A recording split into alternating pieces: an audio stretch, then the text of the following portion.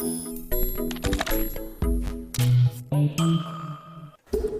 everyone, and welcome to the Give Today podcast. My name's Bryony, and I am alone today. John James is off in other meetings.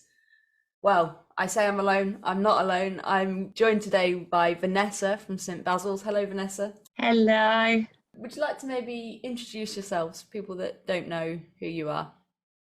Yeah, of course. So my name's Vanessa and I work for St Basil's, a charity that operates across the Midlands, predominantly in Birmingham, and we support young people between the ages of 16 and 25. They're either homeless or at risk of homelessness. Brilliant. And so you say it's across the Midlands. I believe it didn't start that way. How did St Basil's start? No, so we originally started almost 50 years ago now in our youth hub in Digbeth, where I'm currently based. Yeah. Our founder, Les Milner, at the time noticed there was, young males hanging about, probably getting up to mischief outside on their motorbikes, and decided to open up a youth club. Quite early on, he recognised that a lot of these young males were experiencing homelessness, so he set up a shelter. And he set up a shelter in the chapel area with 18 camp beds, and that's where St Basil's evolved from. I think I read on your website that now it's that St Basil houses around 500 young people every night. Is that correct? That's correct. Yes, we do, amongst other things. Yeah. Yeah, that's a fantastic number. Yeah. Yeah, supporting young people and making sure that they're not rough sleeping is such a vital thing, I guess. It is. So St Basil's is more about, our focus is on prevention, so preventing young people from becoming homeless in the first place. Yeah. So not only do we have accommodation offers available to young people, we have advice and guidance hubs as well. So in Birmingham we have a hub in Digbeth where young people, they may not be homeless at that point, but there may be areas in their life that are having an impact and could in the future lead to them becoming at risk of homelessness. So we have an advice and guidance hub that young people can come into as well. We have a live and work scheme as well, and that's affordable accommodation for young people with very low rents, and they also receive support as well. And we think that's vital, especially with the recent pandemic as well. Yeah. We recognise young workers have been mostly affected by the pandemic. So us being able to offer affordable accommodation is crucial, really. And we have lead worker services as well, working with young people in their own homes to provide additional support. And we have a whole employability team as well that can offer workshops around getting young people ready for employment or supporting them to find opportunities in employment, education, training and volunteering, and that's just a few of the offers that we have available at St Basil's.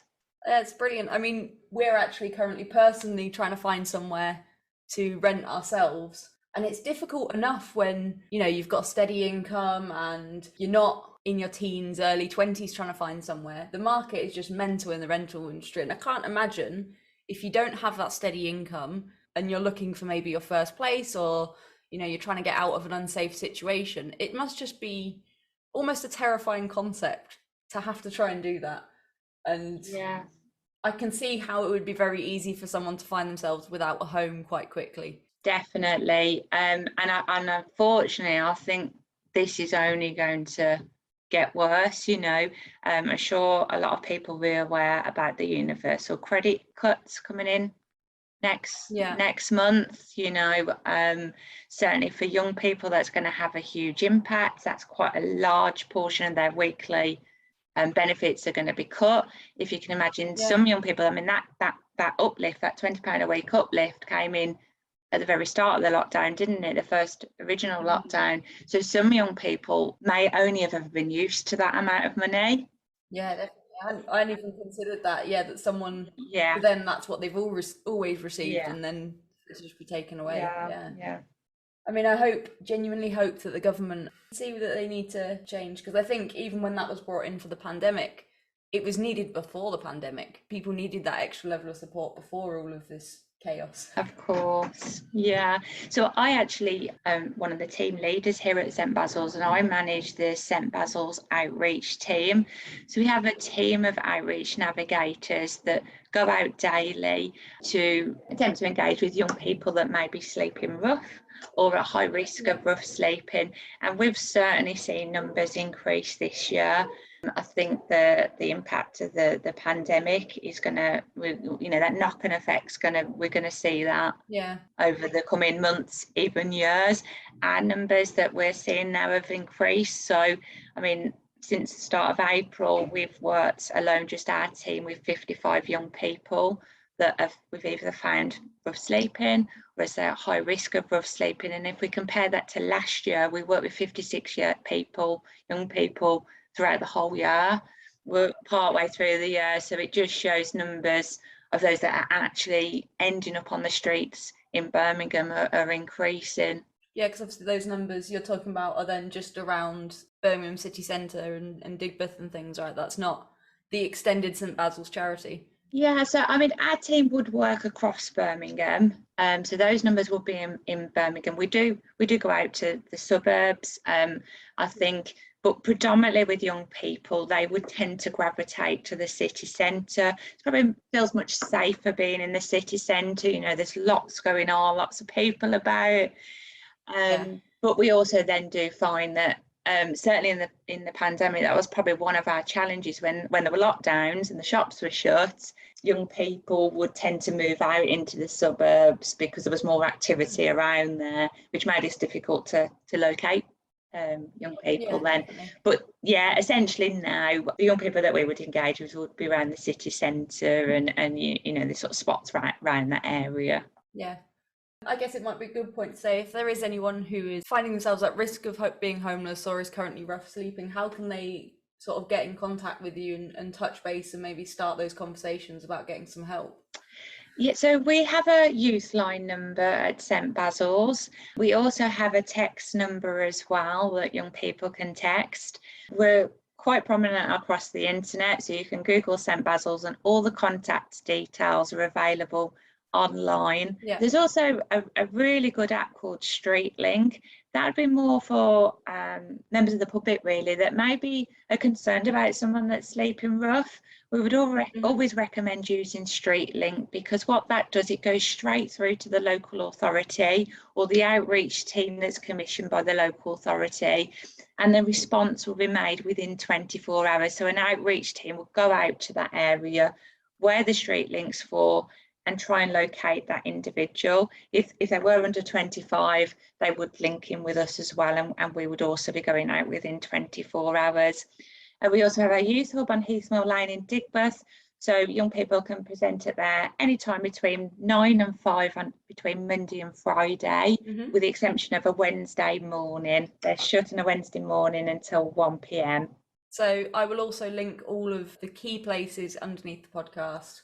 So if you need anything, people, you can check just down there. So obviously, how our relationship with you guys started, I guess, was really back last Christmas, when we worked with Love Brum to run their Bags for Brummies campaign, and we helped facilitate some donations coming over to you guys of coats and foil blankets and all sorts. What do these donations mean to you as an organisation and to the people that receive them? They really are vital. I mean, as you know, we're a charity and we don't have much disposable income to purchase items like that. So we heavily rely on donations. Again, referring back to the pandemic, our fundraising was really, really affected. We weren't able to do a lot of the events that we would normally do to raise money for us to operate. It cost St Basil's, out of our own funds, £5 per day per young person to support. So that's a lot of money that we do need to fundraise. So in addition to that, any items we can get donated as well is hugely beneficial. Certainly for my team, we would like to see that every young person is able to access accommodation. And we don't want to see any young people on the street, but we do acknowledge that sometimes young people may not be ready for that offer, and they will choose to sleep out for whatever reason that is. So for us to be able to have things like foil blankets in the cold that we can provide them with is amazing. Yeah, that's the thing. It's not about facilitating homelessness or facilitating rough sleeping. It's about keeping someone warm and slightly more comfortable until they're ready to access the services that are available. That's it, exactly. And some of the other donations we had, we were able to keep at the hub. And there's something about giving some, a young person will come into the hub, they need accommodation, they're already petrified, they've already got so much going on. They probably don't have any money, they might not be accessing benefits, they don't have any clothes on the back, or toiletries. For us to be able to give them packs that they can walk away and things that are new as well, look on their faces when we're like, here you go, here's a bag, and this is where you'll be going this evening, and these are a bag with all your essential items. It's wonderful to see, and just makes it that little bit easier for them at a daunting time to know that they've got those items. They don't have to worry about finding money to get those items. When we started Give Today, the idea was we were sort of thinking, well, we wanted to help homeless charities, but we didn't have that sort of secondhand good quality item that we weren't using because we're young people ourselves. We didn't have a lot of things lying around that we could maybe donate, and we wanted to donate something new. But actually one of the biggest things that's come out of it is that I think the people receiving a new donation, it feels, like you said, it's a bit more special. It's like, oh, this is for me, this is mine. It's never belonged to someone else. And obviously there's totally still a need for good quality secondhand items. But yeah, someone, like you said, someone receiving even like a pack of toiletries that is theirs, that they can keep. I also saw recently that you've been calling out and asking for businesses to help out, because obviously the support of local businesses means so much to charities. And actually one of our local champions, so we have a business directory where you can look at businesses that are doing great things in the community, and I saw that one, Fortum, recently donated some electronic tablets to St Basil's to be used. And what does that support in terms of from businesses mean for charities? Yeah, I mean, again, it is vital for what we do and to keep us going. That particular example, that organisation providing us with tablets for young people, the impact that's had, connecting young people with the outside world, with colleagues, with friends, with families, being able to look at jobs online, all that kind of stuff has been vital. And that's something our charity would be very difficult for us to fund that ourselves. So that's vital. And I think any donation, monetary donations from organisations, it's just so vitally and wonderfully received and does keep us going. As I say, we do need to find £5 per night per young person. We need to fundraise that from somewhere, and that's what keeps us going. If we didn't have the support from businesses, it'd be very difficult for us to continue. Yeah, and also there's the support from the public. I had a quick look, and you've got some fantastic events coming up. I'm gutted I'm not closer to Birmingham to have a crack at some. I think we're all very excited that we're able to start holding these activities now. So we did our first one, which was a walk. Must have been about a month ago now. I think that was probably our first event for probably 18 months, nearly 2 years. So everyone was very excited about that, and we've got lots of events coming up. The biggest ones for us will be our annual sleep outs. So unfortunately we weren't able to do them last year, and they're probably our biggest fundraising events. So I know the Coventry sleep out is already arranged and will be soon. And there'll also be one in Birmingham as well. So they're really exciting events that we're keen to get as many members of the public involved with. Again, they're all advertised, as you've said, on our website. Especially things like sleep outs, they not only help with fundraising, but they also help have a slight understanding about what people go through when they are having to sleep rough. Yeah, it's a lot about raising awareness as well. Like you say, it's not just about the fundraising side, it is about raising awareness. So it's very easy to focus on the difficulties that people go through, but I'm sure, having worked at St Basil's, you have seen some really great success stories of people that have come through the services. Is there any that really stick out to you as something that was really fantastic? Yeah, I mean, there's been so many, and for every sad story, there's a wonderful success story as well. I think for me personally, probably one of my memories that will stay with me forever is a young person that we've known him a couple of years, and he was rough sleeping, and had rough slept for many years on and off. And it took us a very long time to build up that relationship with him, of course.